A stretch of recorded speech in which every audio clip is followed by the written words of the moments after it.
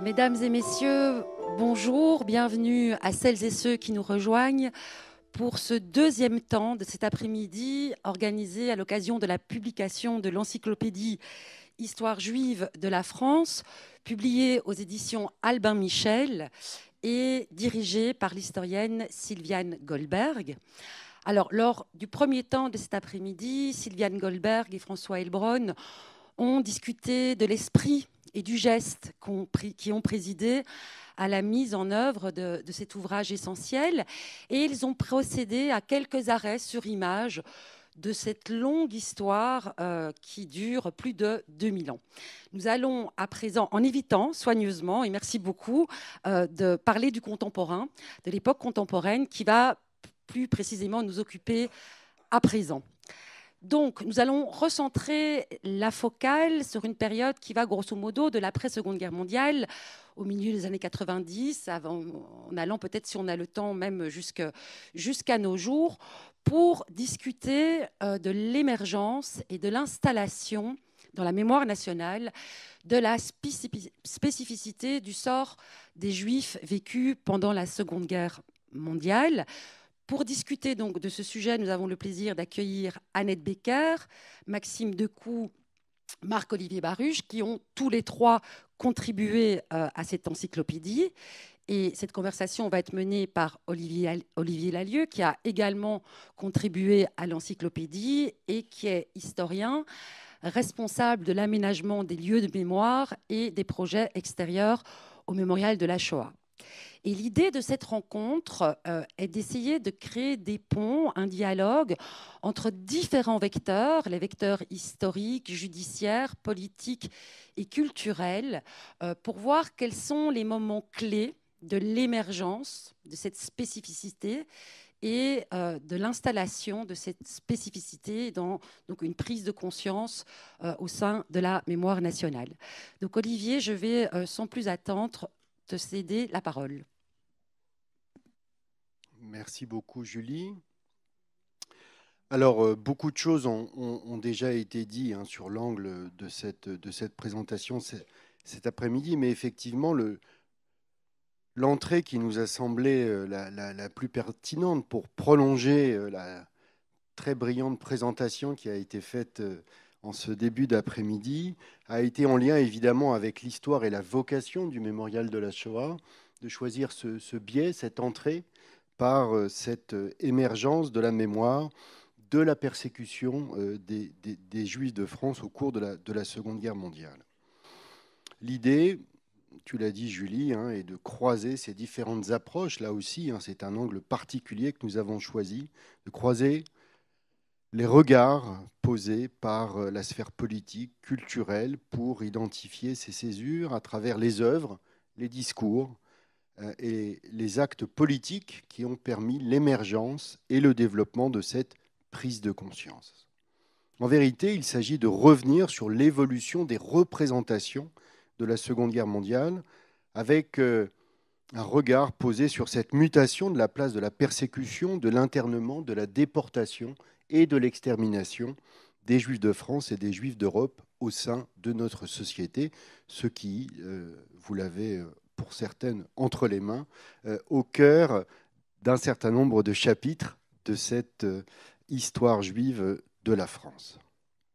Alors, cette évolution, elle est notable et elle aboutit, vous le savez, vous en êtes pour certaines et certains d'entre vous parfois des acteurs, des témoins en tout cas, aboutit aujourd'hui à cette forte présence dans l'espace public de cette mémoire. Mais ensemble, avec nos trois intervenants cet après-midi, avec les trois historiens qui sont ici présents, nous allons voir comment cette reconnaissance se fait progressivement dans ces différents champs de l'histoire politique, culturelle et sociale. Nous participons, à l'image d'ailleurs des angles choisis dans l'histoire juive de la France, a été de se départir d'une approche chronologique trop simpliste, hein, comme si des dates venaient marquer forcément une césure à une date donnée, alors qu'en vérité, les évolutions sont parfois beaucoup plus lentes et se distinguent sur des périodes comme ça de basculement, hein, sans forcément s'arrêter à une date pivot. Et puis, dans les temps de préparation que nous avons eus ensemble, vous avez aussi souhaité absolument que nous nous départissions de cette entrée par le mot Shoah, hein, qui en vérité, dans cette histoire que nous allons ensemble parcourir, ce mot Shoah qui n'intervient dans la sphère publique que très tardivement en France, autour de la sortie du film éponyme de Claude Lanzmann, qui sorti en 1985 et qui justement avait choisi ce mot hébreu qui sonnait rugueusement à l'oreille des uns et des autres, mais surtout qui témoignait finalement qu'il était un mot inconnu, hein, que personne, ou en tout cas fort peu, utilisait alors, même si on peut retrouver dans un certain nombre de publications du Centre de documentation juive contemporaine, dès le début des années 80, avant même la sortie du film, déjà d'un usage de ce mot. En tout cas, il n'est pas répandu. C'est par d'autres mots qu'il va, que cette réalité historique était alors décrite. On parle souvent, en reprenant le mot nazi, de solution finale. On parle aussi de déportation, d'extermination. Plus rarement du mot génocide, forgé, là, vous le savez aussi, à partir de la fin de la Seconde Guerre mondiale par le juriste polono-américain Raphaël Lemkin. Et puis, vous le savez aussi, et je vais venir rapidement, évidemment, au cœur de notre propos, ces questions-là, elles ont été très régulièrement, évidemment, évoquées déjà au sein du mémorial de la Shoah. Elle a fait l'objet aussi, cette question, d'un certain nombre de débats historiographiques importants.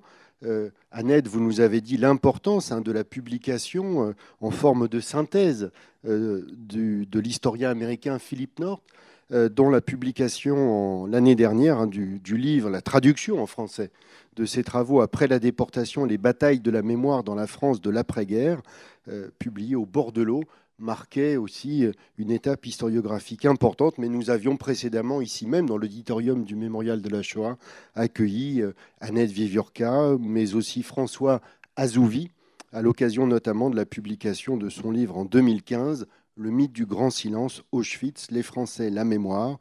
Nous avions également accueilli l'historien Simon Perregaux, qui avait publié en 2020 sa thèse de doctorat, Pleurons-les, la commémoration, les Juifs de Paris et la commémoration de la Shoah, 1944-1967. Simon Perregaux, qui par ailleurs a été aussi un des contributeurs de cette histoire juive de la France, notamment sur cette première période qu'il avait étudiée dans sa thèse, donc de cette immédiate après-guerre jusqu'au cap des années 60. Alors ensemble, nous allons revenir sur à la fois vos contributions à l'intérieur de cette histoire juive de la France, et plus encore, nous allons balayer ensemble ces près de 80 ans de la construction de la mémoire de ce qui ne s'appelle pas pendant longtemps donc la Shoah. Nous allons le faire cet après-midi donc avec 3 historiens. Marc-Olivier Baruch, directeur d'études émérite de l'École des hautes études en sciences sociales, où vous avez notamment animé la chaire Histoire politique de l'administration, avec Annette Becker, également historienne, professeure émérite de l'université d'histoire contemporaine à l'université Paris-Nanterre, et par ailleurs bien connue également ici pour être membre du comité de la revue d'histoire de la Shoah, co-dirigé, vous le savez, mesdames et messieurs, par Jean-Marc Dreyfus et Audrey Kichilevski. Permettez-moi, chère Annette, de prendre quelques secondes pour citer le beau mélange, comme on le dit, qui vous a été offert, Faire l'histoire des violences en guerre, Annette Becker, Un engagement, publié en 2021 aux éditions Créafis, et puis de citer, chère Annette, également un livre à paraître aux éditions Gallimard, à paraître en début d'année prochaine, Des Juifs trahis par leur France. Peut-être vous nous en direz quelques mots également. Nous avons également le plaisir cet après-midi d'accueillir Maxime Decoux. vous n'êtes pas émérite, vous êtes professeur de littérature française à Sorbonne Université, membre junior de l'Institut universitaire de France, et puis vous avez publié il y a peu un ouvrage tout à fait important également au cœur des thématiques que nous allons aborder cet après-midi et dont vous donnez un aperçu dans cette histoire juive de la France, un ouvrage intitulé Faire trace, les écritures de la Shoah, publié il y a quelques semaines aux éditions Corti. Alors, mesdames et messieurs, pour conduire la discussion, nous avons ensemble, et vous avez beaucoup insisté sur la nécessité absolument de ne pas raconter cette histoire de la mémoire à partir du moment où souvent elle semble émerger, mais véritablement de revenir sur ces premiers jalons forgés dès l'immédiate après-guerre. Alors, au croisement donc de ces champs de l'histoire politique, culturelle, est-ce que nous pourrions ensemble revenir sur un certain nombre de ces premiers jalons qui émergent quasiment de façon quasi concomitante, n'est-ce pas, avec l'accomplissement des faits et leur découverte ou leur prise en compte, ou le début de leur prise en compte dans l'espace public dès l'immédiate après-guerre. Alors, c'est là où la préparation s'arrête, puisque nous n'avions pas convenu d'un ordre, n'est-ce pas, de passage. L'idée étant évidemment d'avoir une discussion entre nos trois intervenants qui soit la plus riche et en même temps la plus stimulante possible pour l'auditoire. Donc d'une façon tout à fait simple, j'ai envie chacun dans le domaine qui est le vôtre et aussi à partir des angles que vous avez par lesquels vous êtes entré dans cette histoire juive de la France, que vous puissiez à tour de rôle revenir sur cette émergence, en tout cas, de la mémoire de la Shoah. Peut-être en commençant par vous, Maxime, sur cette prise en compte dans la culture de l'histoire de la persécution des Juifs. Alors, donc moi, je vais vous parler plutôt de la partie littérature. Alors, considérant la question de la littérature, la première chose à noter, c'est que dans l'après-guerre, les premiers textes littéraires qui sont publiés ne concernent pas directement le génocide, puisque ce sont les textes de déportés politiques, du moins en France, Anthelme, l'espèce humaine en 1947, et juste avant, l'univers concentrationnaire, David Rousset en 1946. Il faut attendre un peu plus tard pour avoir des textes de déportés juifs. Alors, en Italie, bien sûr, il y a Primo Levi en 1947, si c'est un homme, mais le texte ne va pas connaître un succès immédiat.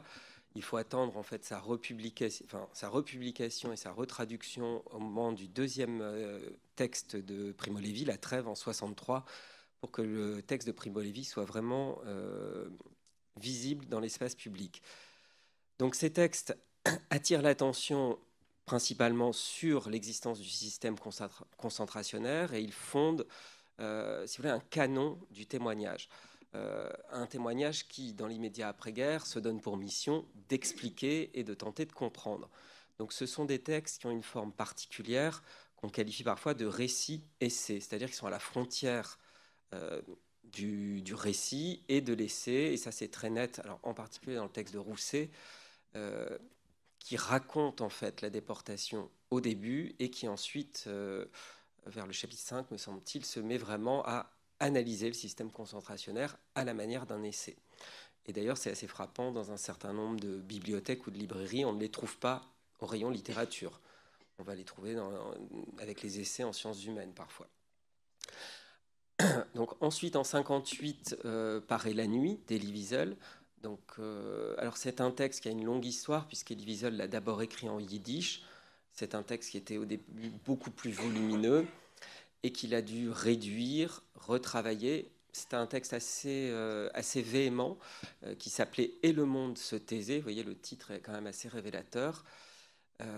Et donc ce texte va être retravaillé, raccourci.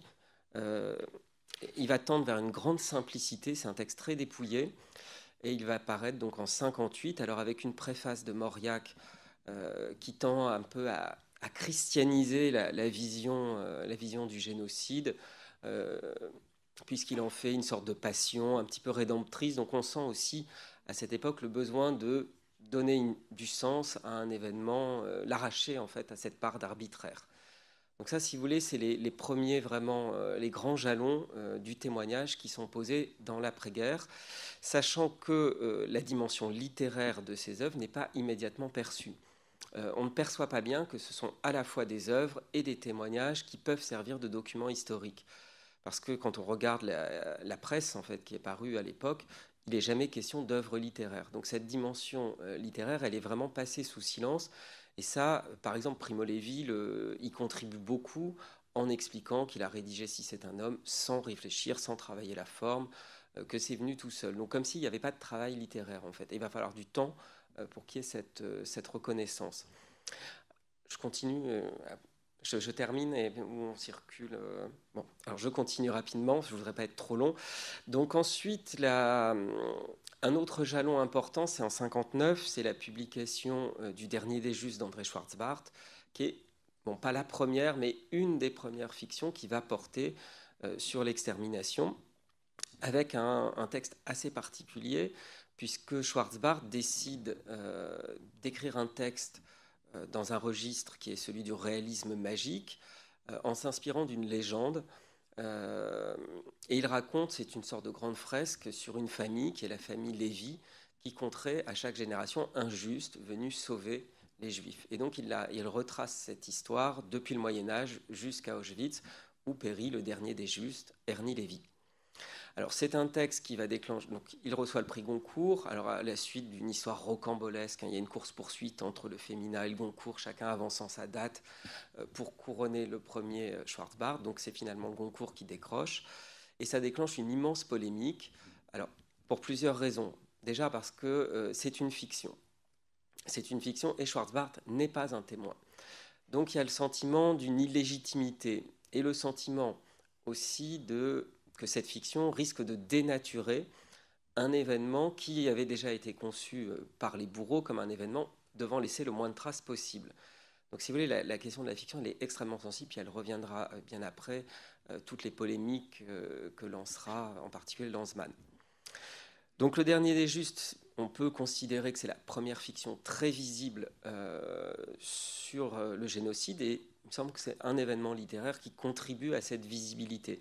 Après, il va y avoir d'autres fictions qui seront écrites et qui vont avoir la caractéristique d'attirer l'attention sur le fait que le génocide, ce n'est pas l'équivalent des camps de concentration. Parce que ça, c'est une différence qu'il va falloir du temps pour faire. Puisque quand vous parlez, la plupart des gens ne font pas tout à fait la différence entre le témoignage d'Antelme, par exemple, et le témoignage de Primo Levi. Parce qu'il y a effectivement ce système concentrationnaire, c'est l'image qu'on se fait souvent de la déportation. Et donc, donc dans les années 60, c'est vraiment, on va avoir en France une littérature que je qualifie de non concentrationnaire qui émerge, avec des fictions, donc celle d'Anna Langfus, Le sel et le soufre, par exemple, en 61, me semble-t-il, donc qui est le récit de sa propre expérience, mais fictionnalisé. Et puis le texte de Piotr Avix, Le sang du ciel, c'est en 61 aussi, qui donc vont s'intéresser à d'autres facettes du génocide, qui sont les persécutions, ghettos, etc. Et le texte de Ravix a cette particularité d'un texte extrêmement provocateur, plein d'humour noir, qui va porter sur la sexualité. Donc c'est un texte très choquant, qui marque vraiment une étape dans la manière dont on peut écrire Auschwitz, d'autant que, aussi bien chez Langfus que chez Ravix, les textes sont écrits totalement en marge du canon qui avait été posé par les premiers témoignages. C'est-à-dire que là, on est dans les années 60, les œuvres n'ont plus comme mission, comme dans l'immédiat après-guerre, de faire découvrir quelque chose et d'essayer de le comprendre. Le travail historiographique a commencé, la question de ce qui s'est passé pendant la Seconde Guerre mondiale commence à être débattue dans l'espace public, et donc les textes, les objectifs impartis à l'écriture littéraire se modifient, et donc on peut se permettre, si vous voulez, des œuvres qui vont jouer beaucoup plus avec la forme et avoir par exemple cette tonalité extrêmement provocante qu'on va trouver chez Ravix. Donc voilà, à grands traits, si vous voulez, pour la littérature entre 45 et 60. Et puis après, on parlera. Donc je passe la parole à ma voisine. Je m'arrête. Merci beaucoup. Pour faire une transition avec ce que vous venez de dire, je voulais dire que la Pléiade qui est sortie il y a 2 ans maintenant, qui s'appelle Récits des camps, fait exactement la même chose que ce qui a été fait à travers toute la période, c'est-à-dire mélange les récits de camps de concentration, de résistants ou autres qui sont envoyés en camp, et des sites d'extermination et des camps de concentration et d'extermination qui ne sont faits que pour assassiner des juifs. Et ce mélange est celui qui va présider à toute notre après-midi, parce que c'est bien sur cela qu'il s'agit de réfléchir. Et je crois qu'aujourd'hui, alors moi, Maxime s'est présenté en historien de la littérature. Moi, je dirais que je suis une historienne du culturel, de façon plus globale. Donc, sachant bien que la culture est toujours extrêmement compliquée, et que la mémoire est une grande partie de la culture, donc extrêmement compliquée.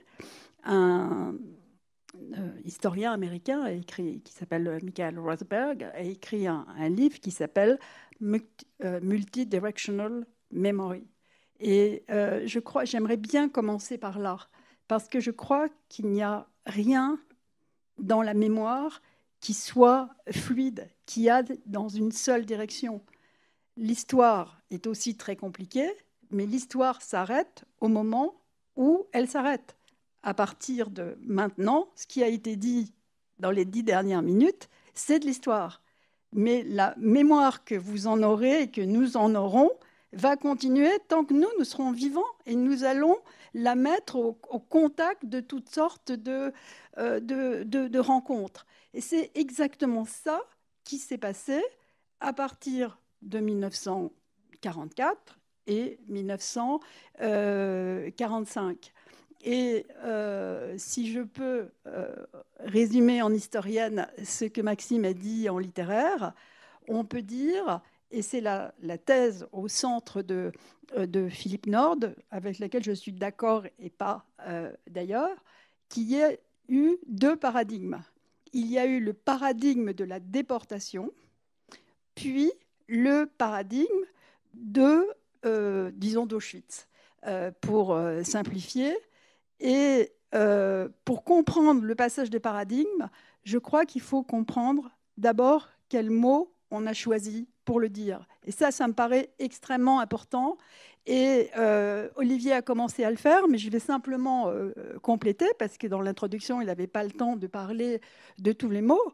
Le premier mot est un mot en yiddish. C'est le mot « urban », qui veut dire donc destruction, et qui rappelle, bien sûr, la destruction du temple. Et on parlait tout à l'heure de l'influence du religieux, je vais y revenir, c'est très important.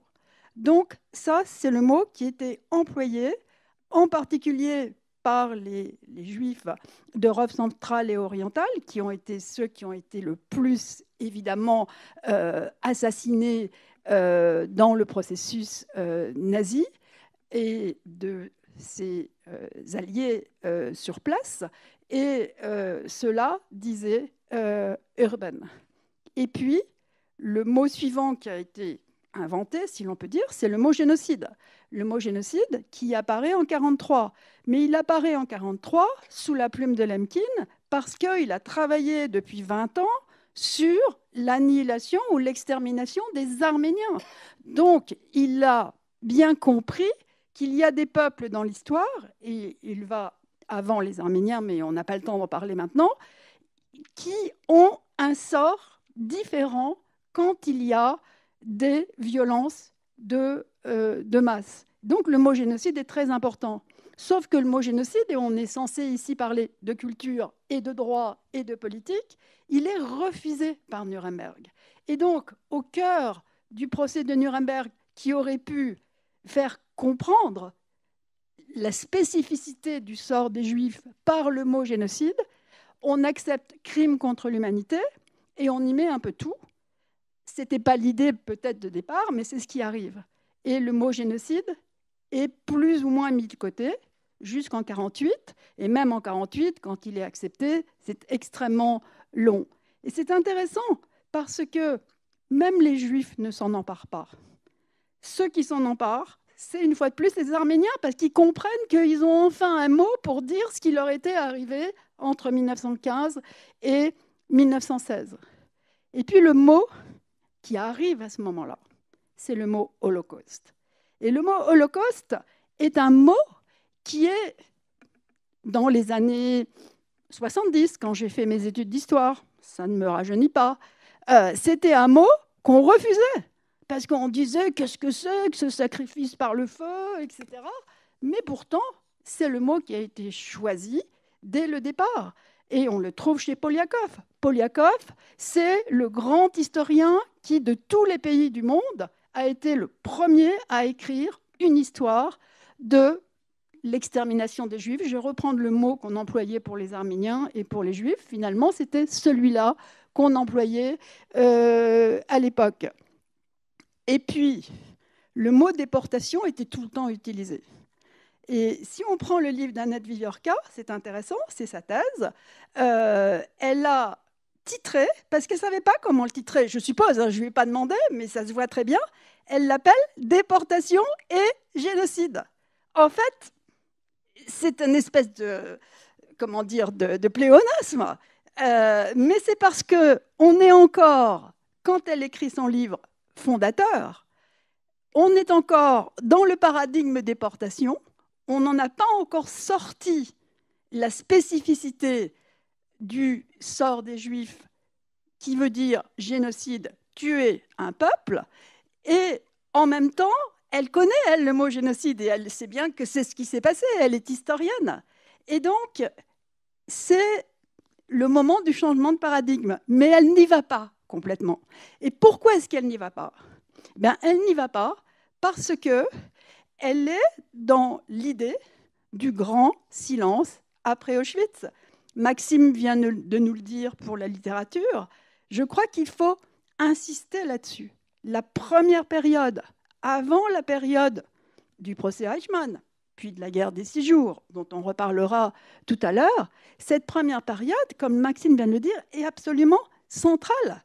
Il a parlé d'un prix Goncourt. Quand on sait, alors c'était un peu moins le cirque à l'époque qu'aujourd'hui, mais quand même, quand on sait qu'il y a eu 2 prix Goncourt, non seulement celui de Schwarzbart, mais celui d'Anna Langfuss, la même année. Et puis, il ne faut pas voir les choses que par la France. Pensez à la première traduction du journal d'Anne Frank, 1950. Ça a été quelque chose d'énorme. Pensez aussi qu'il y a ce que pensent les Juifs, et ça, c'est très important, et c'est tous les travaux de, par exemple, Simon Perrigo, et puis de ceux qui travaillent comme lui aujourd'hui. C'est un travail, d'ailleurs, totalement international. C'est pareil pour les Juifs en Argentine, les Juifs en Australie, les Juifs aux États-Unis, ou les Juifs de France. Eh bien, ils savent qu'ils ont vécu quelque chose de spécial, et ils en parlent entre eux. Et ça, c'est extrêmement important pour la mémoire. Et puis enfin, et je passe enfin la parole à Marc-Olivier, eh bien, enfin, il y a le fait qu'à l'extérieur, ça passe.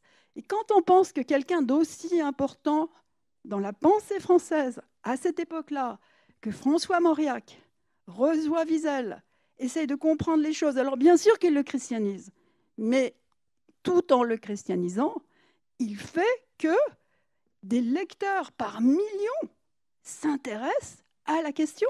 Et donc, on voit que le premier paradigme, celui de la déportation, est déjà emporté quelque part par le paradigme second, qui est celui de la domination, je dirais aujourd'hui, dans l'idée de l'horreur absolue de la Seconde Guerre mondiale, non plus des déportés politiques, mais bien sûr de l'extermination des Juifs.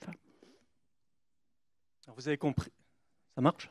Vous avez compris qu'on se partage les rôles, hein, Maxime, la littérature, Annette, le champ culturel au sens large. Moi, je dirais plutôt du côté du politique ou de la politique, du droit, de la loi, des tribunaux, et un tout petit peu aussi de l'historiographie, mais on peut bien sûr tous en parler.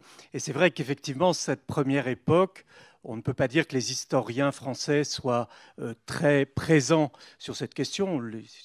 L'historiographie d'ailleurs en général, sauf ici, sauf en ce lieu qui s'appelait à l'époque le CDJC, hein, le Centre de documentation juive contemporaine, et qui publie dès la fin des années 40, les années 50, Joseph Billig, oui, Lubetzky, Raymond Sarraute aussi, je crois, qui était le mari de Nathalie Sarraute, publie un recueil de textes juridiques sur la persécution des Juifs. Et donc, de fait, on anticipe déjà sur ce qui va suivre, mais avant Serge Klarsfeld, c'est Serge Klarsfeld qui invente le sujet, aiguillonne l'histoire académique pour que, enfin, elle se saisisse du sujet.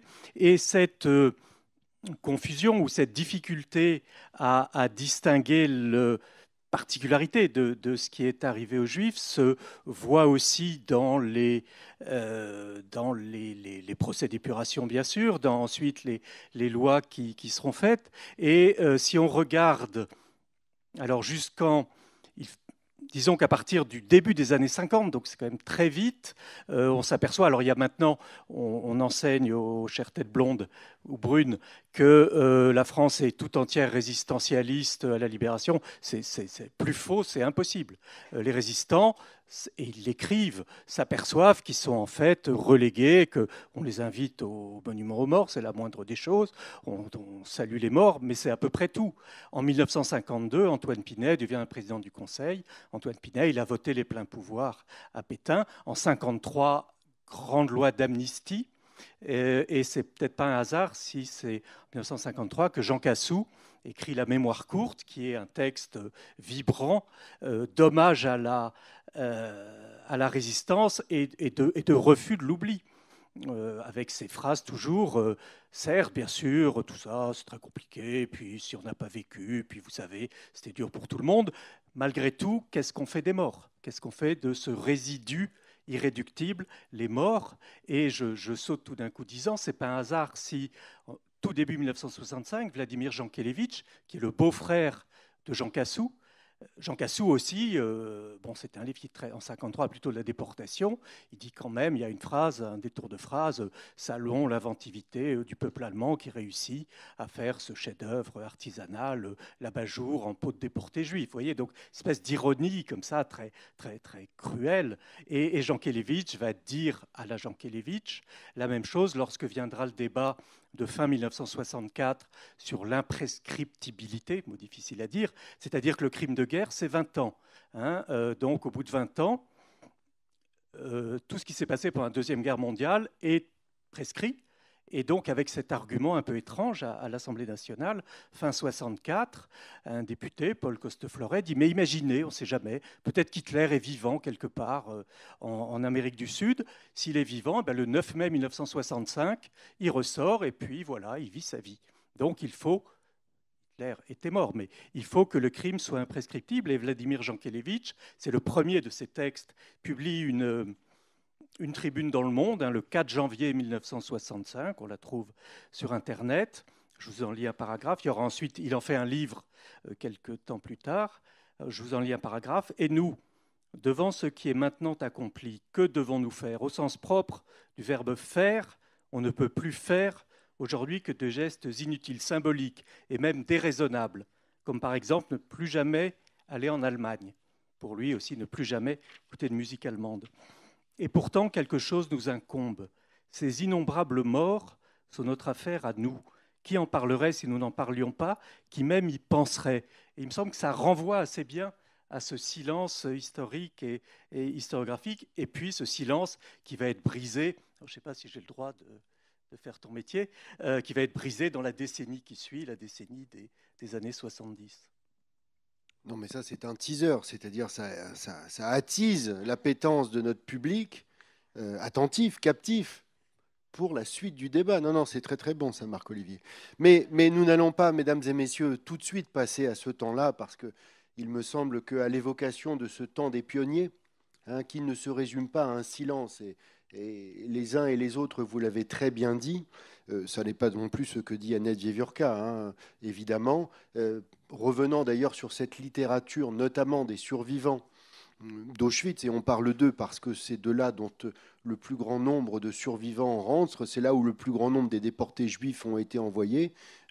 Faut-il le rappeler, vous le savez, c'est pourquoi autant nous allons parler d'Auschwitz ici, à la fois parce qu'il fut le plus grand camp de concentration et le principal lieu de mise à mort des Juifs d'Europe, notamment des Juifs de France, 76 000 déportés Juifs de France, dont 69 000 envoyés vers Auschwitz. C'est de ce camp-là, de ce centre de mise à mort-là, que c'est environ 4 300 survivants, au terme de la dernière enquête réalisée par le Mémorial de la Shoah, rentreront 4 300 en 1945. Parmi ceux-là, un certain nombre, plusieurs dizaines, vont restituer des témoignages avant que ce premier flux de témoignages ne s'éteigne, ne s'efface petit à petit dès la moitié de cette décennie 40, à l'image d'ailleurs des autres survivants. Mais c'est vrai que cette interaction, que ce mélange en quelque sorte de ces voix plurielles, d'expériences plurielles, c'est celui que vous avez fort bien les uns et les autres restitué, que vient en quelque sorte rompre aussi David Rousset. David Rousset qui publie ici au CDJC un ouvrage là aussi pionnier.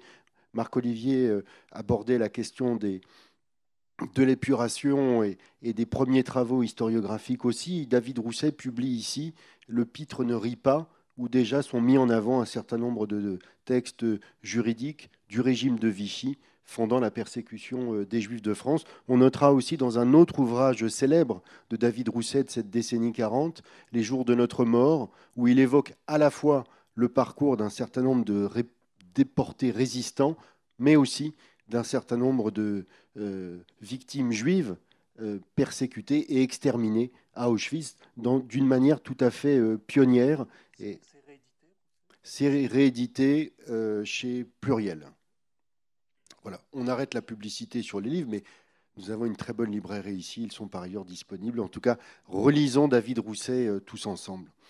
Donc le temps des pionniers en tout cas, et vous avez évoqué, et ce nom-là aussi ici au Mémorial résonne avec force, celui de Léon Poliakov, qui publie Le Bréviaire de la haine, effectivement au tout début des années 50, après avoir été ici aux côtés de Joseph Billig et du fondateur du Mémorial, Isaac Schneerson, un des pionniers de cette histoire en devenir de l'extermination des Juifs d'Europe.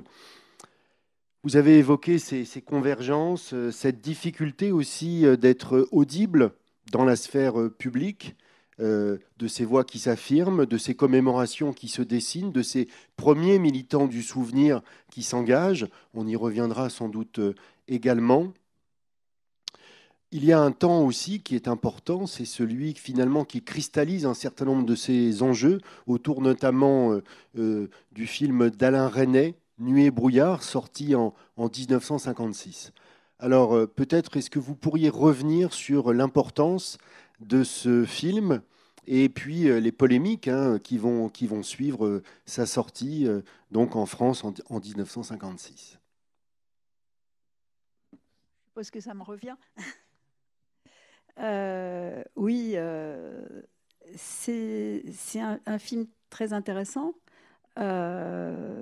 parce que Alain Resnais était persuadé lui-même qu'il allait parler des deux déportations ou des deux sorts dans l'histoire de la Seconde Guerre mondiale.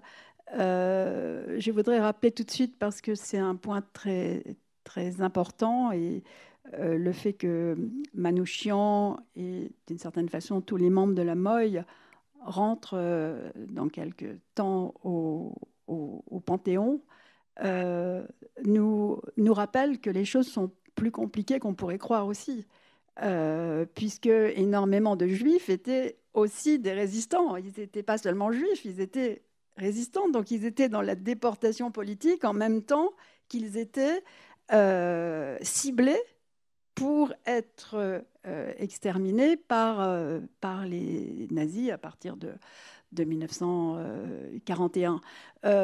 Donc, René avait l'impression qu'il avait fait cela. Mais en réalité, il s'est fourvoyé parce qu'il était dans cette idée générale, il était dans le premier paradigme, celui de la déportation. Et il parle pourtant de juifs, très peu. Il y a 2 fois le mot juif dans le film. Et il parle, ou il aurait voulu parler, de responsabilité de la France collaboratrice dans son film, puisqu'il y avait une scène où l'on voyait des gendarmes français, en uniforme bien français, emmener des juifs dans un train. Et cette scène a été coupée, et elle a été censurée, ce qui montre l'état d'esprit par rapport à Vichy dans la France de 1955, le temps qu'il soit monté et démonté. Et donc, ça montre bien ce qu'on dit depuis le début, c'est que les choses sont tout le temps, et c'est un truc d'historien, donc je m'en excuse, beaucoup plus compliquées qu'elles en ont l'air. C'est-à-dire que ce n'est pas tout d'un côté ou tout de l'autre. Chaque chose est très subtile. Et c'est pour ça que l'histoire de la mémoire est très compliquée. C'est une des histoires les plus compliquées à faire, parce qu'il faut prendre en compte ce que les gens pensent à un certain moment, mais ils ne le pensent pas forcément très publiquement. Et c'est donc difficile à savoir. Et puis, dans ce qu'ils pensent, il y a les silences, et il y a quelque chose que le grand inventeur de la mémoire dans les sciences sociales, Maurice Alvax, avait complètement oublié, l'oubli. C'est-à-dire que dans la mémoire, il y a l'oubli. Dans la mémoire, il y a ce qu'on oublie pour toutes sortes de raisons. Aujourd'hui, la mode, et ce n'est pas seulement une mode, c'est très passionnant, est à l'étude de la mémoire traumatique. Et évidemment, on sait bien que dans le trauma, il y a ce qui revient et il y a ce qui ne revient pas, mais qui peut être le retour du refoulé. Eh bien, tout ça existait depuis 1945. Je dirais qu'il existait depuis 1939. Ça ne s'est pas tout d'un coup amalgamé. Et donc, c'est pour ça que faire cette mémoire est compliqué et qu'on ne peut pas accuser ni René, ni d'autres cinéastes, ni d'autres écrivains, ni d'autres historiens, alors que les historiens, c'est quand même un peu leur métier, donc ils pourraient faire ça quelquefois un peu mieux, de voir une chose et puis pas une autre. C'est pour ça que dans l'histoire juive de la France, je trouve que c'est très bien fait. Et je le dis d'autant plus que je n'ai participé à aucun de ces chapitres-là. Hein, donc, ce n'est pas de mon fait.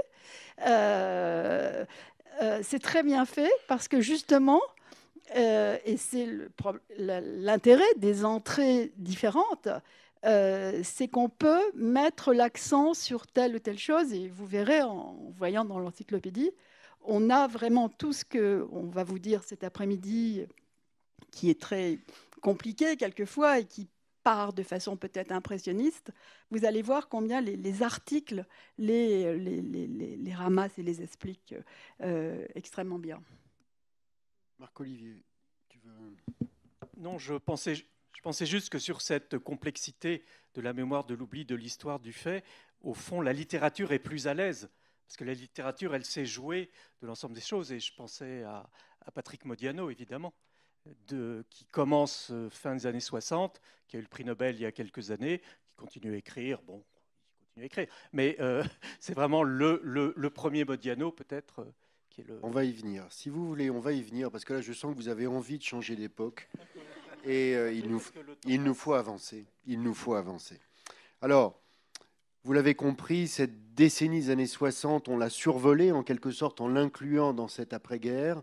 On n'est pas revenu sur un certain nombre d'enjeux judiciaires qui ont été des jalons importants, en tout cas, qui ont marqué une époque, que ce soit évidemment en Israël avec le procès Eichmann, en Allemagne avec le procès de Francfort. Tous ces débats sur l'imprescriptibilité des crimes de guerre et des crimes contre l'humanité qui vraiment ont été évoqués par Marc-Olivier et qu'il faut évidemment associer. Et puis, à la fin des années 60, dans cette sphère juive qui est au cœur de notre propos aussi, ce bouleversement lié à la guerre des 6 jours, évidemment, qui va, dans la mémoire traumatique dont on parle aussi, être un des jalons importants, sans oublier à l'inverse, en Pologne également, à la fin des années 60, pour beaucoup de ces juifs communistes qui ont été parmi ces pionniers de la mémoire aussi, un véritable bouleversement, cette expulsion des juifs de Pologne, cette vague d'antisémitisme sous couvert d'antisionisme. Là encore, je renvoie à des travaux pionniers de Léon Poliakov qui avait bien fait le lien déjà à cette époque-là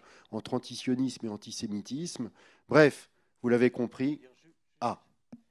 Une illustration sur la guerre des 6 jours, c'est tout de suite après le discours de De Gaulle sur le peuple d'élite, sûr de lui et dominateur. Et Napoléon disait qu'un bon croquis vaut mieux qu'un grand discours. Le dessin de Tim, le déporté, fier sur le. Et pour les Juifs français et les Juifs de France, c'est aussi venant de la part de De Gaulle, cassure très forte. La cassure, donc, le basculement, en tout cas des années 60-70, on parle vraiment de basculement au cap de ces années 60 et 70, eh bien, il va être au cœur de notre deuxième période, qui nous amènera ensuite vers les années 80, mais en tout cas, il y a ce temps-là des années 70. Je reprends un commentaire fait dans Le Monde des Livres au moment de la publication d'un des temps forts de ce bouleversement, à l'occasion du livre, de la publication en français du livre de Robert Paxton, qui sera évoqué dans quelques instants.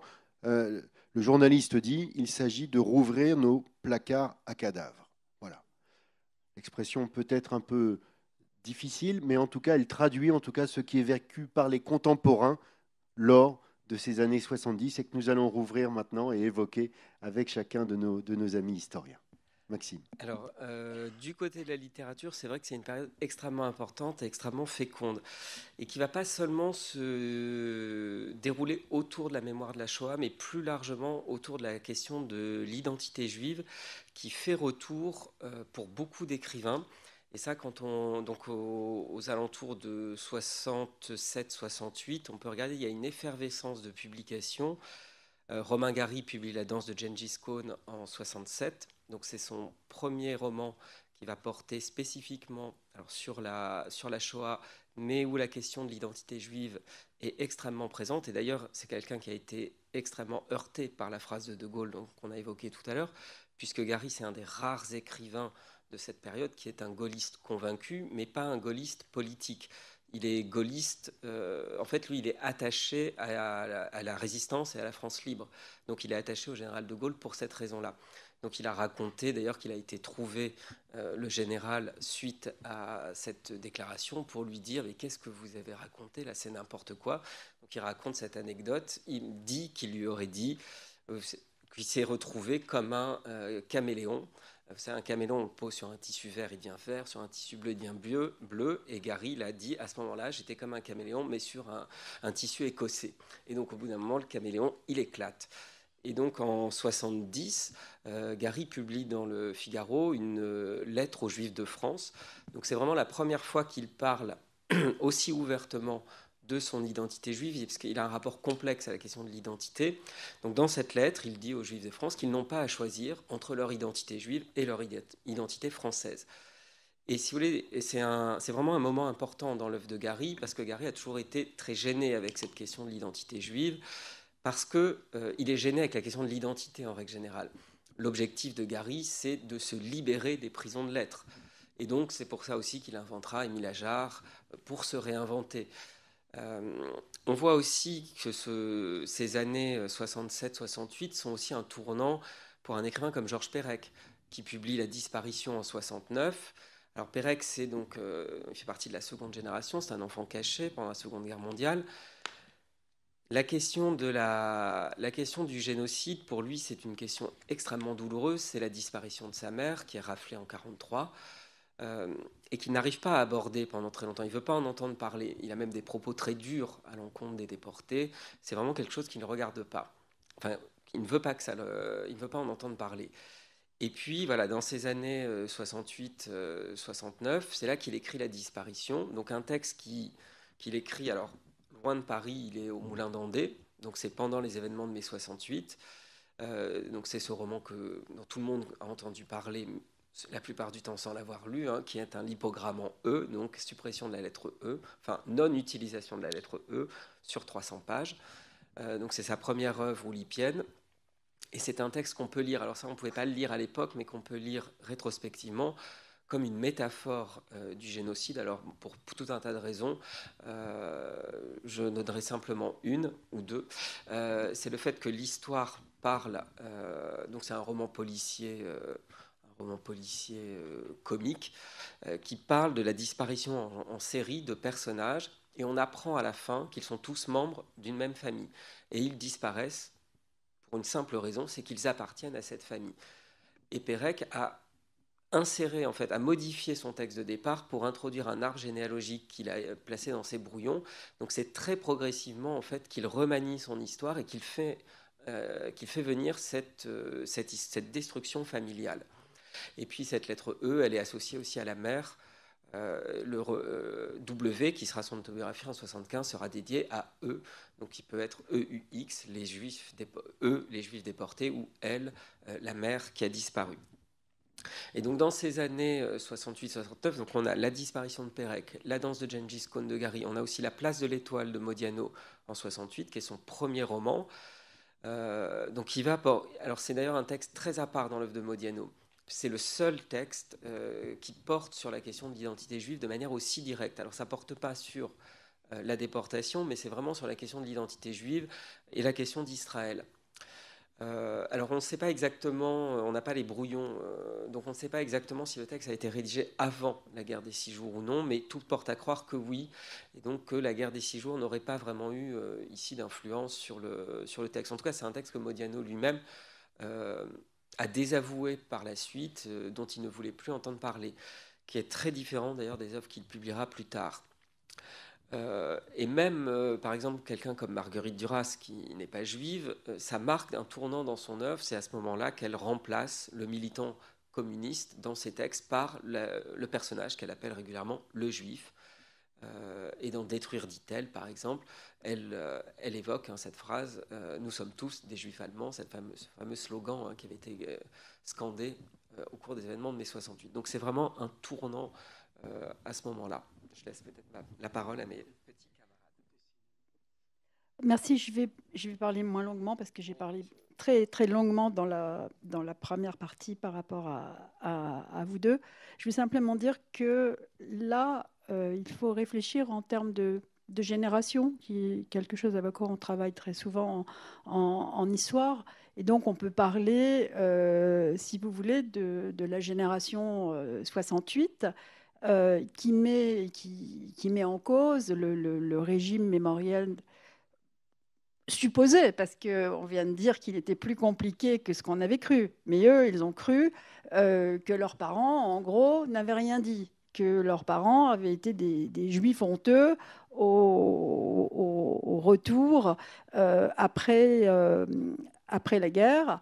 D'une part les déportés, mais rappelons-nous que pour la France, et c'est une immense différence avec l'Est de l'Europe, où la majorité des Juifs ont été exterminés, alors que pour la France, eh bien, c'est seulement, si l'on peut dire, une partie tout à fait minoritaire des Juifs qui vivaient sur le sol français. C'est d'ailleurs jusqu'à aujourd'hui une polémique historiographique dans laquelle, pour le coup, j'ai pris part, entre certains de mes collègues qui pensent que c'est l'action des justes qui a permis ce sauvetage, et ceux qui pensent, comme moi et comme un certain nombre d'autres, que les Juifs se sont largement sauvés tout seuls.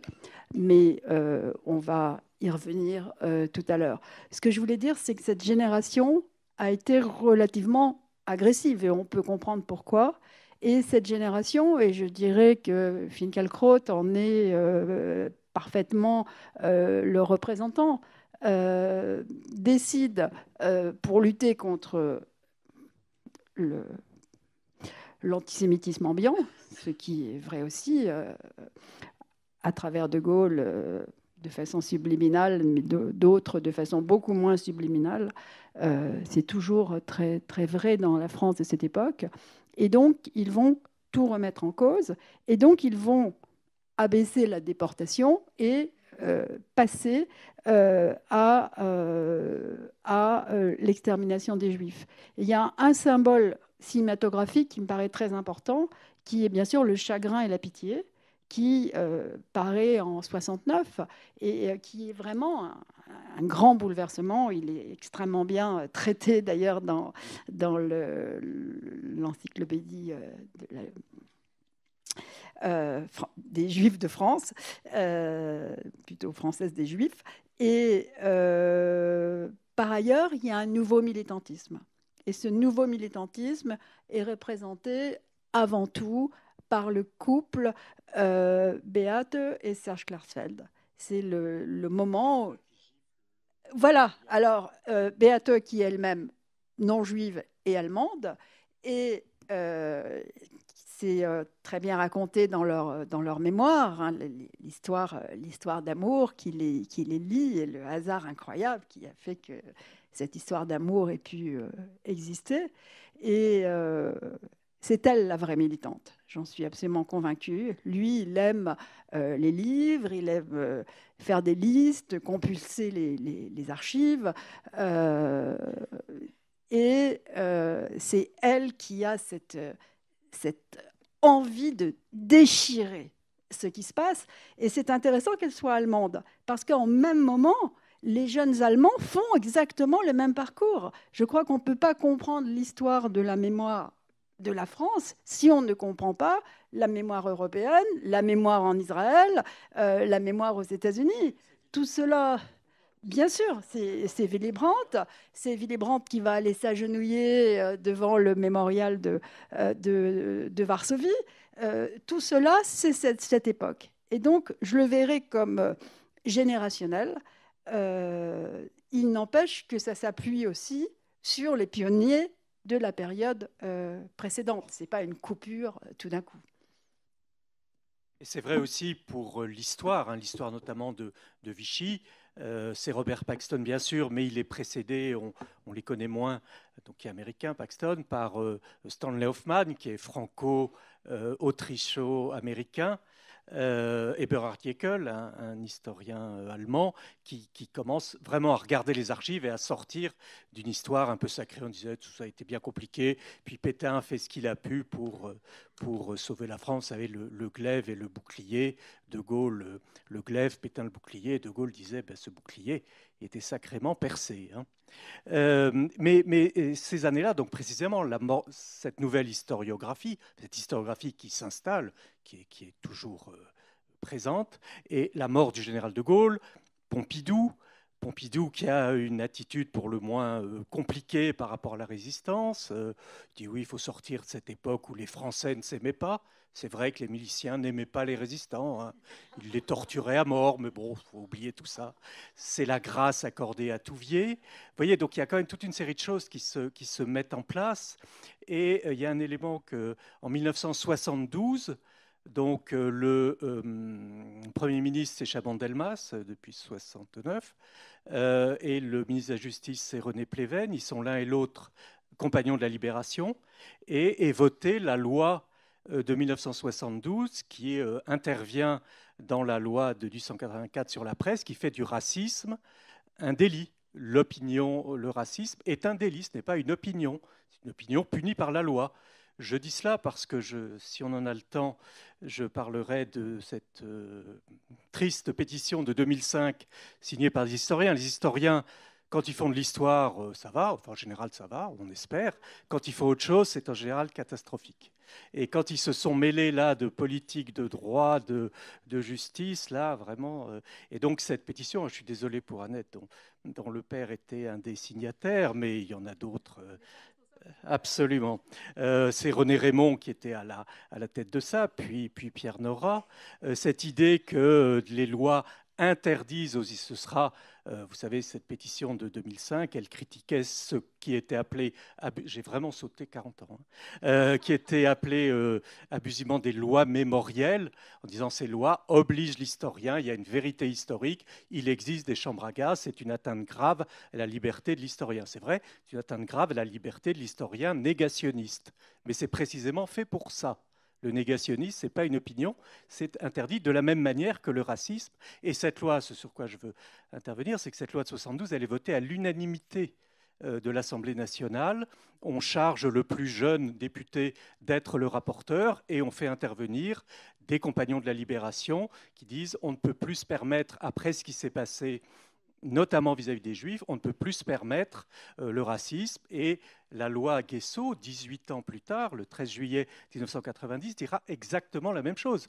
Donc cette liberté pour l'histoire, faisons aussi liberté pour la sociologie et soyons racistes. Et supprimons et soyons le premier amendement de la Constitution américaine où le discours est absolument libre et où effectivement la Cour suprême des États-Unis, dans les années, je crois, 80, a justifié un défilé du parti nazi américain en uniforme nazi dans une ville choisie parce qu'elle était une de celles des États-Unis où il y avait le plus de survivants de la Shoah, du génocide, de la Shoah. Donc voilà, mais nous ne sommes pas aux États-Unis. Donc, j'ai sauté vraiment beaucoup de temps. Alors... Et là, Marc-Olivier, c'est très bien parce que c'est comme pour tout à l'heure, ça fait un appel du pied pour le troisième temps de la rencontre. C'est la très bonne stratégie qu'on a. Mais quand même, mes chers amis, effectivement, on va dans peu de temps aborder le troisième temps de cette histoire, mais je pense que revenant sur l'histoire de cette décennie 70, on a abordé un certain nombre d'évolutions historiographiques, on a abordé un certain nombre de romans importants, mais il est difficile de faire l'impasse sur un certain nombre de rendez-vous cinématographiques qui vont, alors dans le sillage, je crois, sorti en 71 du film de Marcel Olfus, Le Chagrin, 69, Le Chagrin et la Pitié, d'autres œuvres des années 70, dans ce que Henri Rousseau a appelé dans le syndrome de Vichy, qui est aussi un ouvrage évidemment très important sur nos questions, mais qu'il a appelé la mode rétro, en tout cas qu'il a popularisé sous le nom de mode rétro. Alors, là, je ne sais pas qui, mais nous n'avons pas le temps de trop perdre de temps sur qui va prendre la parole. En tout cas, peut-être survolons ensemble quelques-unes de ces œuvres liées à la mode rétro. Vous le voulez bien, hein.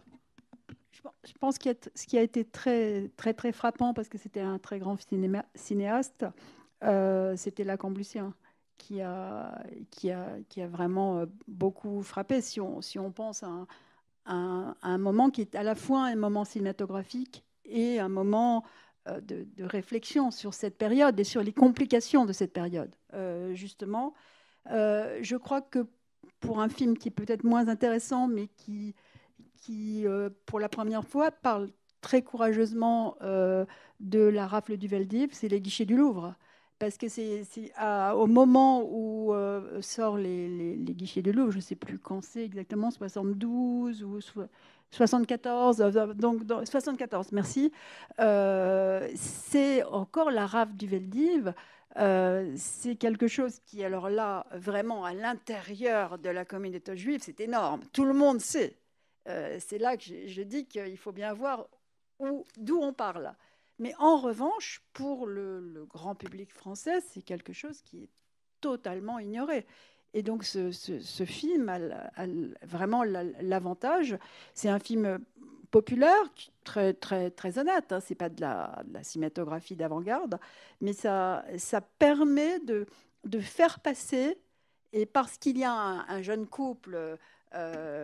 c'est elle qui est juive, hein, je crois, et lui qui n'est pas juif, le moment où on voit le génocide en action. C'est-à-dire, ils sont un couple amoureux comme tous les jeunes, mais elle est condamnée parce qu'elle est juive, et lui non. Lui, il peut être résistant, il peut être courageux, il peut faire tout ce qu'il veut, mais il n'est pas condamné parce que on a décidé à Berlin et ailleurs qu'il devait disparaître de la Terre. Et pour moi, Hitler il a eu un génie, c'est quand il a dit « le peuple juif doit disparaître de la terre », parce que c'est la meilleure définition de ce qui s'est passé. On ne doit plus voir un juif nulle part, sauf évidemment ceux qu'on a gardés pour la mémoire, parce que les nazis aimaient aussi la mémoire. Et donc on a gardé pour des expositions futures des objets cultuels, des livres, des manuscrits, avec l'extraordinaire histoire du sauvetage par des résistants juifs de ces manuscrits pour qu'ils ne passent pas tous au moins aux mains des nazis. Et donc, je crois que c'est le moment, et c'est tard quand même, où ça arrive dans la société française, la chose la plus évidente. C'est qu'il n'y avait pas, d'une part, des méchants et des gentils, mais qu'il y avait dans les méchants toutes sortes de gens, et que dans les gentils, eh bien, alors le mot gentil est évidemment stupide vu les coïncidences, mais il y avait dans les victimes, disons, dans les victimes de la guerre, pour parler comme ça, eh bien, il y avait une spécificité pour les Juifs, c'était qu'ils devaient disparaître de la terre. Et ça, ce film le montrait très bien, et d'autres à peu près au même moment. Monsieur Klein aussi, alors lui, dans une grande qualité cinématographique aussi. Et alors, Holocauste. Non, je te laisse. Et alors, ce qui va faire le joint entre les deux périodes, en fait, parce que Holocauste, c'est 79, donc c'est 78, 77, 78 aux États-Unis. C'est donc un feuilleton américain vu par un certain nombre de gens aux États-Unis et se disent ça serait intéressant de le traduire en France, ça va être difficile, et puis finalement ça va se faire. Et là, ça va être un raz-de-marée sur la France. Le feuilleton Holocauste, parce que alors c'est son côté un peu série avant la lettre, c'est que c'est un petit peu dans chaque épisode il y a un cas particulier de ce qui pouvait arriver aux Juifs. Ça se passe en Allemagne principalement, donc ça fait un petit peu catalogue si l'on peut dire, mais c'est extrêmement efficaces, comme peuvent l'être aujourd'hui les meilleures séries. Et 79, moi je me rappelle, j'étais toute jeune prof, je sortais des concours et j'étais nommée dans un collège et je n'avais pas de troisième. Et c'est là Et mes élèves sont tous venus vers moi, depuis la 6e jusqu'à la 4e, sont tous venus vers moi pour que je leur explique ce qui se passait. Et j'étais dans un fin fond de la Picardie, c'était complètement paumé. Ils avaient découvert quelque chose. Et donc, si c'était eux, les élèves, et ils ont découvert aussi qu'il y avait des Juifs. Les deux ont été à la fois, mais alors ils étaient... Voilà, c'est ça. Et donc, les conversations, on n'a pas le temps maintenant, mais c'était assez passionnant. Et ils étaient tous, bien sûr, d'un philosémitisme absolument extraordinaire. Et les choses ont bien changé. Les choses ont bien changé. Alors, c'est un autre sujet. Mais peut-être que... Merci Annette d'avoir... évoquer en conclusion de ton propos l'impact à la fois en France mais aussi international de cette série américaine Holocauste, donc diffusée en 1979 en France, dans un moment là aussi charnière, qu'Henri Rousseau là aussi qualifie d'enchaînement diabolique. Et rappelons simplement brièvement, et ce sera notre transition avec le dernier temps de notre présentation, de notre conférence cet après-midi, c'est parce que Serge Klarsfeld vient de publier le mémorial de la déportation des Juifs de France dans la perspective du procès de Cologne, qui va voir juger 3 hauts responsables de la persécution allemands de la persécution des Juifs de France, Hagen, Lischka et Erickson, en 79 et 80 à Cologne, qu'il publie comme une contribution à l'acte d'acquisition de la liste des 76 000 déportés Juifs de France. La publication a un fort impact que la presse va utilisé pour, dans l'Express en tout cas, se saisir de l'interview qui dormait dans les cartons de l'ancien commissaire général aux questions juives, Louis Darquier de Pellepoix, hein, qui publie dans l'Express et sous le titre « À Auschwitz, on n'a gazé que des poux », suscitant une nouvelle polémique. Polémique sur laquelle rebondit le Matin de Paris en publiant une correspondance du professeur de littérature de Lyon, Robert Forisson. Le Monde publiera également un autre de ses courriers, donc où se cristallise en quelque genre cet essor de la mémoire juive de cette nouvelle génération dont vous avez parlé précédemment, que le négationnisme, le mot n'existe là pas encore non plus, mais rentre dans l'espace public, et là aussi où ressort pleinement cette complexité entre cet essor de la mémoire, sa récupération et son installation dans l'espace public, et en même temps sa contestation. Autant d'éléments, alors que des procédures judiciaires sont aussi engagées par Serge Klarsfeld contre Jean Leguet, adjoint de René Bousquet au secrétariat général de la police, bientôt Bousquet également en ligne de compte, tout autant d'affaires qui vont émerger dans les années 80-90. Je vous propose, pour aborder ce troisième temps, et avant, Marc-Olivier, que vous reveniez évidemment en détail sur ces aspects, que nous diffusions quelques images en introduction, finalement, d'une forme d'aboutissement de ces polémiques, que sera d'une certaine manière de polémique ou de combat, que sera le discours de Jacques Chirac le 16 juillet 1995. Quelques minutes de ce discours. C'est du son, c'est du son. Ah oui, on m'a menti, voyez. A été, chacun le sait, secondé par des Français, secondé par l'État français. Il y a 53 ans, le 16 juillet 1942, 450 policiers et gendarmes français, sous l'autorité de leur chef, répondaient aux exigences des nazis. Ce jour-là, dans la capitale et en région parisienne, près de 10 000 hommes, femmes, enfants, juifs furent arrêtés à leur domicile au petit matin et rassemblés dans les commissariats de police.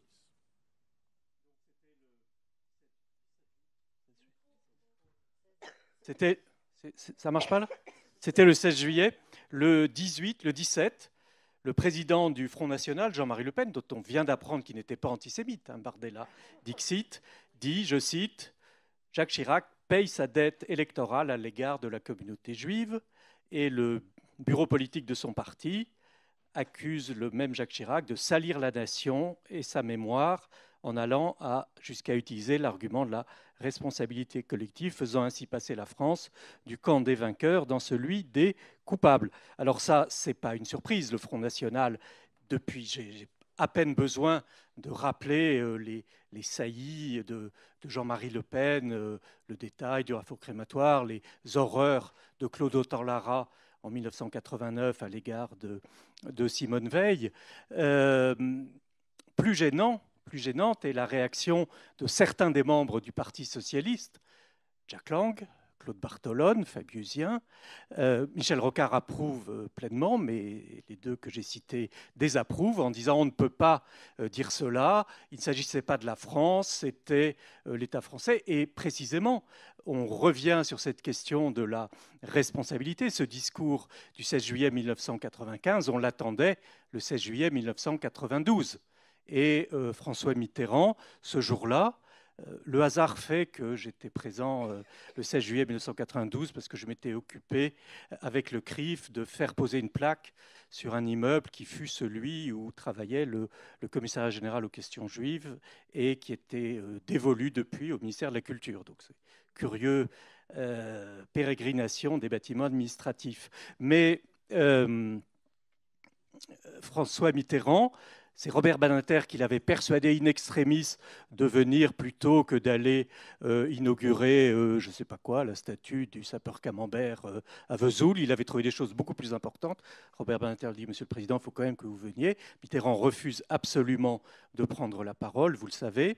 Robert Badinter le défend. Je ne suis pas sûr qu'il considère lui-même que ce soit la chose la plus honorable qu'il ait faite dans sa vie. Et la question est de savoir pourquoi François Mitterrand refuse de reconnaître, et ça pose, alors là il faudrait vraiment un autre débat, le rapport de François Mitterrand à la spécificité de ce qui est arrivé à l'assassinat collectif, à la tentative d'extermination qu'ont subi les Juifs présents en France sous l'occupation et qu'ont subi les Juifs en général dans le monde. Et vous savez que Elie Wiesel rompt véritablement avec François Mitterrand à ce moment-là. Jacques Attali ne rompt pas, ce n'est pas un homme à rompre, mais écrit dans ses verbatims, François Mitterrand n'a rien compris à ce qui s'est passé vis-à-vis des Juifs pendant la Seconde Guerre mondiale. Donc, c'est vraiment... C'est la fin de vie de François Mitterrand, c'est le secret, faux secret par rapport à sa fille, c'est le livre de Pierre Péan, Une jeunesse française, nourrie de confidences de François Mitterrand lui-même, c'est sa relation avec René Bousquet qu'il refuse de nier, je crois, parce que François Mitterrand n'est pas du genre à considérer qu'il a pu faire des choses malencontreuses, et c'est aussi les mensonges éhontés. Il y a un film formidable de la radio-télévision belge, une interview de François Mitterrand par la RTBF, où les journalistes belges, parce qu'ils ne sont pas français, pardon pour ce truisme, posent des questions vraiment. Ils disent non, Monsieur le Président, non, c'est inexact, ça. René Bousquet et François Mitterrand, c'est tout juste s'il n'appuie pas sur un bouton pour les faire expulser par ces gorilles. Il dit si j'avais su qu'on serait descendu si bas, je n'aurais jamais accepté cette interview. Effectivement, on est descendu très bas parce qu'on est là dans le passé complexe de François Mitterrand à Vichy. Pas du tout, ça ne remet pas du tout en cause son courage extrême et son engagement résistant. Le critère étant qu'on ne sait pas le matin si on sera encore vivant le soir. Et donc, par rapport à tout cela, on n'a rien à dire, quoi. Mais en même temps, quand François Mitterrand dit à Jean-Pierre Elkabbach, de toute façon, le statut des Juifs ne concernait que des étrangers, et je n'en savais, d'ailleurs, quand bien même, mais je n'en savais rien, c'est doublement faux. C'était en plein dans la presse, c'est pas à la différence de la Shoah, c'est pas un scandale pour Vichy, c'est une gloire. Donc c'est partout dans la presse. François Mitterrand savait déjà lire en 1940-41, même s'il est rentré plus tard. Donc on a toutes ces questions-là, et donc à la fois ces questions sur la responsabilité qui vont se reposer à l'occasion des 3 procès, les procès donc pour crimes contre l'humanité, en raison de l'imprescriptibilité de ce crime qui touche en 1989 un nazi, Klaus Barbie. 89 ? Non, 89, le procès. Non, le procès Barbie, c'est pas 85. 87. 94, donc Barbie, un nazi. 94, Paul Touvier, un nazi français, un français mais nazi, un milicien. Et c'est en 1997-98 que là, j'allais dire, on est un peu au cœur et on est vraiment pleinement dans la logique de rupture politique, mais de continuité historiographique du discours de Jacques Chirac. Jacques Chirac dit ce que l'histoire sait d'une certaine manière et continue à dire depuis une trentaine d'années. Donc que la parole politique rejoigne la parole historique, c'est plutôt une bonne chose. Et donc là se pose le procès de Maurice Papon, c'est-à-dire de la très haute administration française, ni nazie, ni antisémite, au même sens que lorsqu'on livre des camions ou des wagons aux nazis, on n'est ni anti-wagon, ni anti-camion.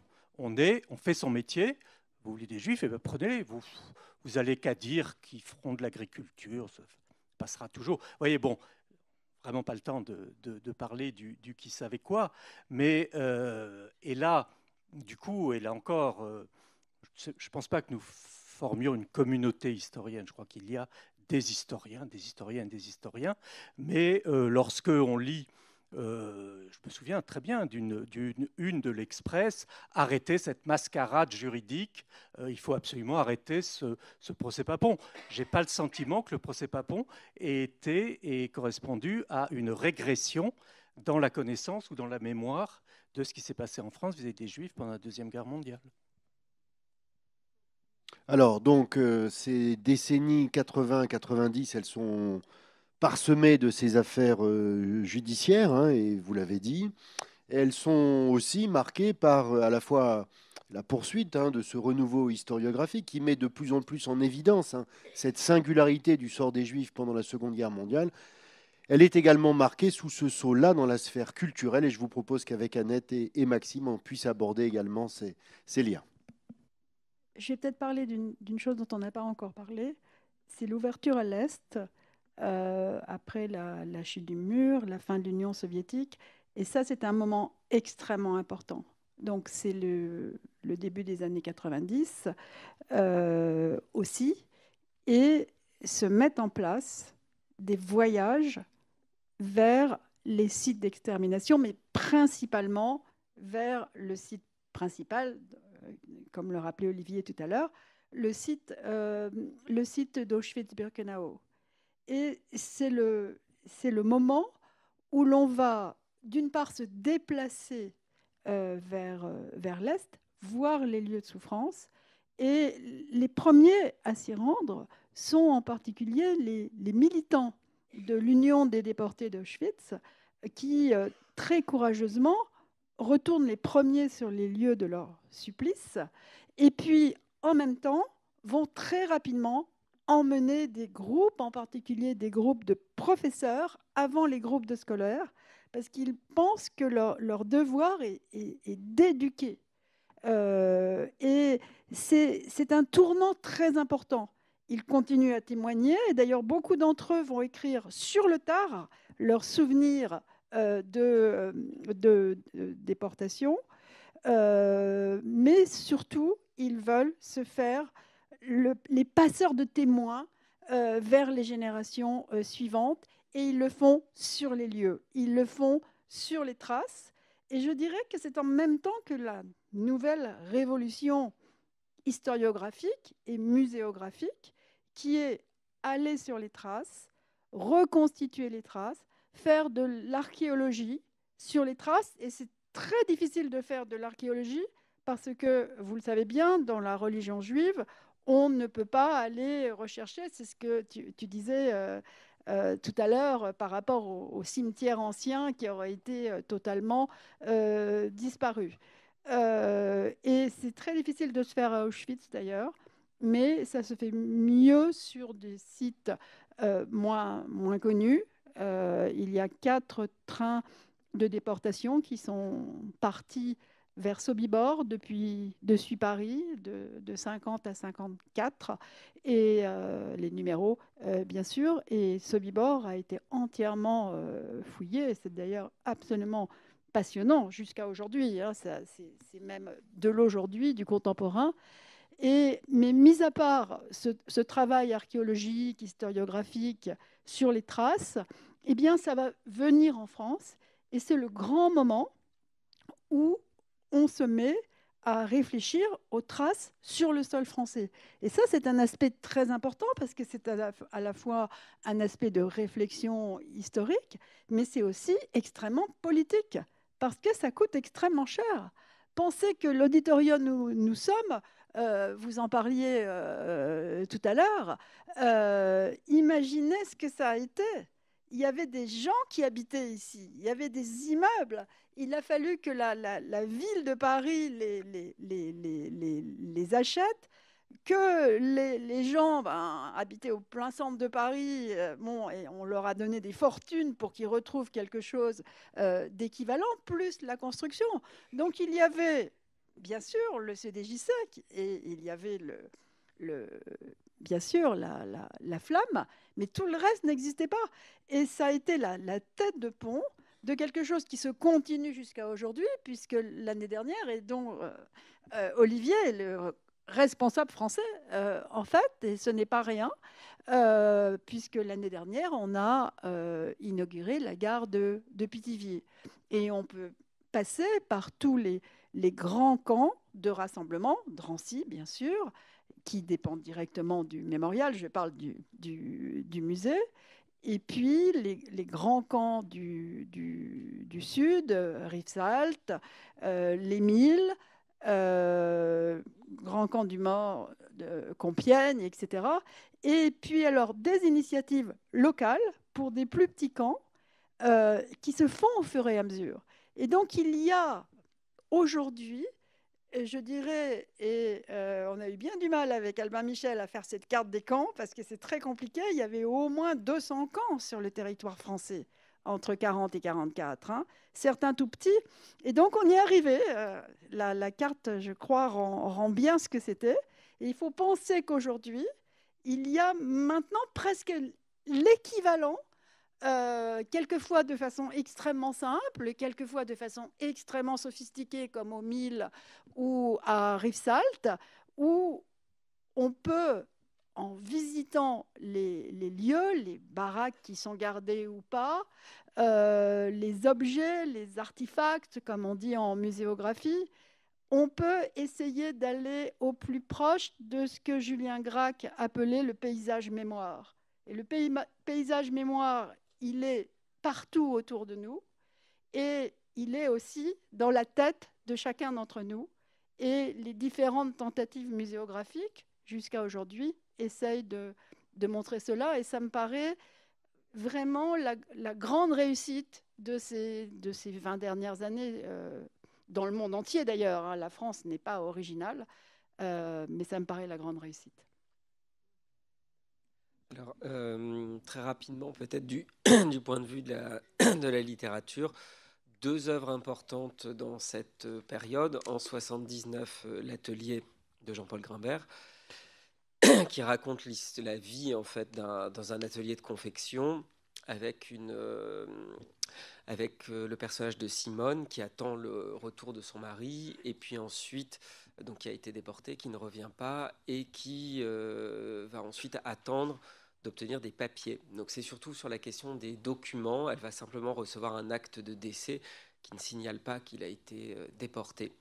Donc c'est au cœur de cette pièce qui va être un grand succès, surtout de la question de cette difficile reconnaissance par l'institution, en fait, de manière institutionnelle, du statut, encore une fois, très particulier de la déportation et du décès lié au génocide. Et puis, plus tardivement, en 97, Dora Bruder de Modiano, qui est un texte important parce qu'il inaugure vraiment ce que va devenir la littérature contemporaine au sujet de la Shoah, en grande partie. C'est un texte de non-fiction. En fait, Modiano écrit, il va retrouver un avis de disparition sur une jeune fille qui s'appelle Dora Bruder, qui a disparu en 41, enfin qui a fugué en 41. Donc c'est un avis de recherche, pas un avis de disparition, un avis de recherche de ses parents passés dans le Paris Soir en 41. Modiano, qui consulte toujours des vieux papiers, trouve cela. Il est frappé et il écrit d'abord une fiction qui s'appelle Voyage de noces, qui paraît en 90, où il réinvente complètement l'histoire de Dora Bruder. Donc il l'appelle Ingrid. Elle n'est pas morte. Le narrateur, donc qui est l'alter ego de Modiano, la rencontre, etc. Donc là, c'est là qu'on voit en fait la séparation qui va se faire entre la fiction et l'enquête non fictionnelle, parce que Modiano, finalement, une sorte d'insatisfaction par rapport à ce texte qui est Voyage de noces, va le reprendre et il écrit en 97 Dora Bruder, qui est vraiment une enquête qu'il va mener pour essayer de savoir ce qui s'est passé, ce qu'est devenue cette jeune fille. Une enquête qui, en plus, n'aboutit pas vraiment. Donc c'est aussi dans cette incapacité à la faire aboutir que se tient la force de ce texte. Et c'est un texte qui annonce en fait les grands textes contemporains comme Les Disparus de Mendelssohn, alors côté américain, en 2006, et puis toutes ces enquêtes non fictionnelles qu'on peut trouver aujourd'hui, celle d'Ivan Jablonka, Histoire des grands-parents que je n'ai pas vu en 2012, me semble-t-il, le très très beau texte de Marcel Cohen aussi sur la scène intérieure en 2013, ou le texte de Marianne Rubinstein, c'est maintenant du passé. Donc la date m'échappe. Voilà. Et peut-être que j'en termine là, parce que je crois que on a largement dépassé. Alors vous l'avez compris, hein, en 90 minutes, difficile évidemment d'aborder en détail chacun de ces aspects. D'autant plus, et Julie, je dois le dire, Julie Mac, qui a soutenu sa thèse sur la Shoah à la télévision et donc qui a bien mis en évidence aussi cet impact de la diffusion de l'Holocauste, je voulais le rappeler aussi. Julie me rappelait discrètement à l'oreille tout à l'heure que nous avions prévu un temps de débat aussi, en tout cas de discussion, de la possibilité d'échanger avec les orateurs, qu'il fallait donc garder de précieuses minutes pour cela. Je me tais donc, Julie est là avec un micro, si vous le souhaitez, interpeller aimablement, Je voudrais d'abord vous remercier nos intervenants. tous les quatre. Mais on n'a pas fini. Attendez. Non, mais on ne coupera pas le micro comme ça à la tribune, hein, s'il vous plaît. Bonsoir. J'ai une question concernant la première période dans les années 50 et avant 1967. Vous avez mentionné à un moment les militants de l'Union des déportés d'Auschwitz.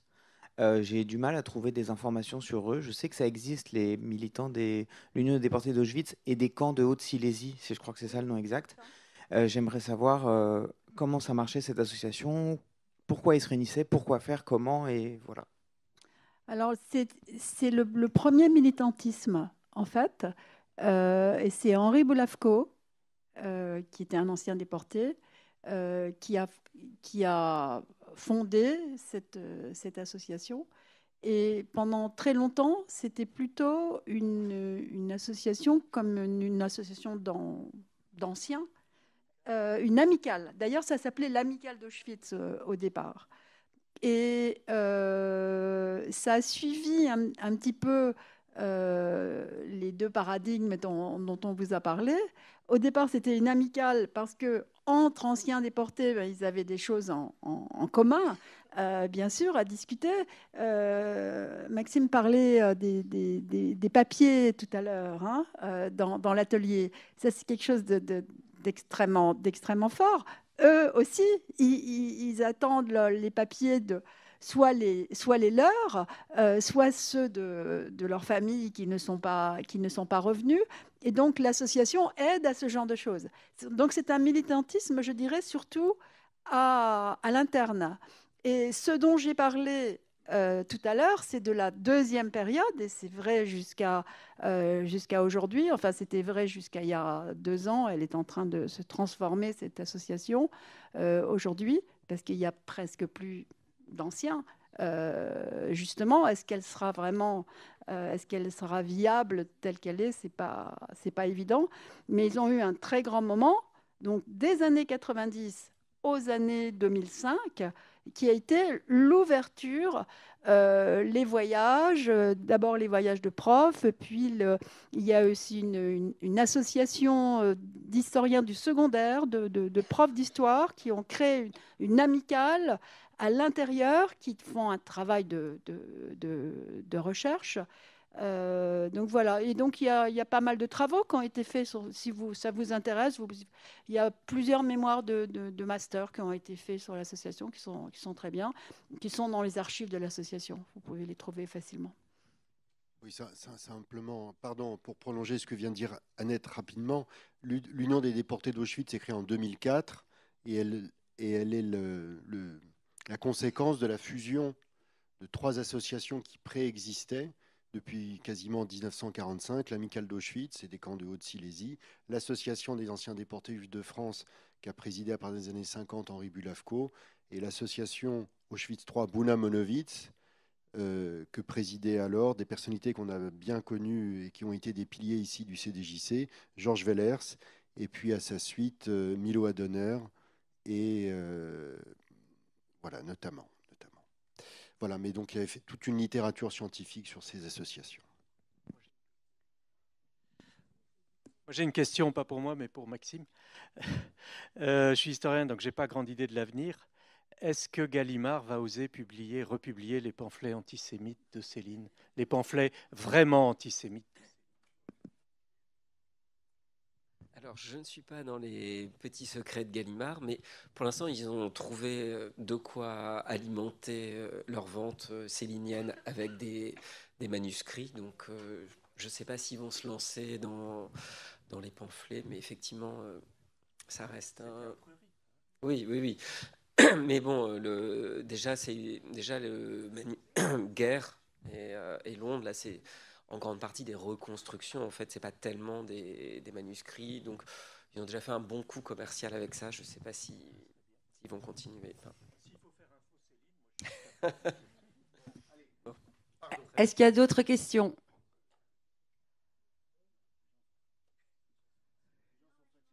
Alors, il y a madame. La dernière question au premier rang. Ah, super. Donc, bonjour, je suis américaine, nouvelle arrivée en France. Bon, il a 8 ans et j'apprends petit par petit à tout ce qui se passe. Je suis la petite fille de la Shoah côté Ukraine et Ouzbékistan, donc un peu pas la France. Et j'ai les enfants qui sont à l'école classique française. Et je vois qu'il a on chuchote à l'école, donc ils sont en collège, en 5e et 4e, on ne parle pas des Juifs. Est-ce que, donc vous avez parlé, vous avez un peu dit que maintenant c'est différent, on parle plus, mais je ne trouve pas de ça. Et donc je cherche, est-ce que c'est normal? Est-ce qu'on peut faire mieux? Et comment je peux aider mes enfants à comprendre tout ce qui se passe en France? Est-ce que vous comprenez la question? Oui. Enfin, moi, juste un mot. Enfin, j'ai enseigné pendant un certain temps dans le secondaire. Théoriquement, les programmes, ils évoquent normalement les différentes religions en 6e. Et c'est la 3e qui est l'année très chargée en histoire sur la Seconde Guerre mondiale, la Shoah. Et généralement, enfin, mes collègues qui sont profs, les anciens collègues que j'avais en prof d'histoire disent que maintenant on a beaucoup, on enseigne aussi les autres génocides, donc généralement c'est des cours qui se passent mieux qu'avant. Donc il me semble qu'ils devraient y être confrontés d'ici peu. Je voudrais préciser que suite à la publication de cet ouvrage, j'ai eu déjà plusieurs présentations spécialement destinées aux profs et qu'il y en a encore d'autres au programme et ils pensent tous à réviser leur programme. Simplement, ils m'ont précisé qu'il y a des programmes mais qu'ils ne sont pas tenus de s'y tenir et qu'ils peuvent eux-mêmes lancer des travaux, ce qu'ils appellent les travaux directifs dans chacune des classes. Oui, mais ça, c'était toujours possible. Je vous parlais de mon expérience au moment de l'Holocauste. Moi, j'ai toujours utilisé les 6e quand on apprend le judaïsme mais antique. J'ai toujours utilisé cela pour parler de l'histoire des Juifs jusqu'à aujourd'hui. Alors, en ce moment, vous tombez mal, si je peux dire ainsi, mais on est tous si catastrophés qu'on ne va pas épiloguer, mais on arrive à une période très, très différente. Et cette période a commencé depuis un certain temps. Elle n'a pas commencé avec la guerre actuelle. C'est que de plus en plus, mais c'est vrai dans le monde entier, et vous le savez très bien parce qu'aux États-Unis, ça devient dramatique en ce moment, il y a le fait que les gens ne comprennent plus la différence entre être juif et être israélien. Et donc, ceux qui sont pour l'État d'Israël, qui sont en minorité très flagrante aujourd'hui, évidemment, ont tendance à ne parler que de l'État d'Israël. Et ceux qui sont contre, alors là, c'est encore pire, parce que n'importe quel juif, je suppose qu'on est nombreux ici dans le cas, eh bien, sont accusés de tous les maux d'Israël. Et donc, on est dans quelque chose de très différent. Alors, c'est arrivé déjà au moment de 67, au moment de 73, au moment bien sûr, et puis ça dure depuis un certain temps, mais c'est vraiment un problème qui, aujourd'hui, est dans les salles de classe. C'est évident, et qui rend quelquefois difficile d'enseigner l'histoire des Juifs de façon sereine. Mais si on la reprend, et c'est pour ça... François Heilbronn l'a dit tout à l'heure dans la première partie, si ce livre est si important, c'est qu'il reprend les choses à la racine. C'est qu'il n'y a en gros pas d'histoire de France, si c'est nos ancêtres les Gaulois, il n'y a pas d'histoire, alors c'était bien avant, on le sait bien, mais bon, il n'y a pas d'histoire de France sans Juifs, ça n'existe pas. Et donc, je crois que les profs aujourd'hui aient envie de s'en saisir, ça me paraît une excellente nouvelle. pour contrer ce que la sphère politique et la sphère médiatique nous bombardent toute la journée. Alors, Annette, merci beaucoup. Écoute, non, vous pouvez garder le micro. L'idée, avant de conclure, c'est peut-être de laisser le micro ici en tribune. Annette, d'une certaine manière, tu as conclu sur cette ouverture, cette évocation au long cours de près de 80 années de construction de la mémoire de la Shoah qui, d'une certaine manière, aboutissait à une perspective plutôt de cette présence forte de la Shoah dans l'espace public, sur le plan politique, judiciaire, culturel, au sens large. Vous l'avez évoqué les uns et les autres, avec cette reconnaissance aussi à l'échelle internationale. Hein. L'instauration en 2002 d'une journée européenne pour la mémoire des victimes de l'Holocauste, enfin, des génocides et la prévention des génocides était un premier signe. Elle est reprise en 2005 à l'échelle des Nations Unies, avec l'instauration d'une journée internationale pour la mémoire des victimes de l'Holocauste.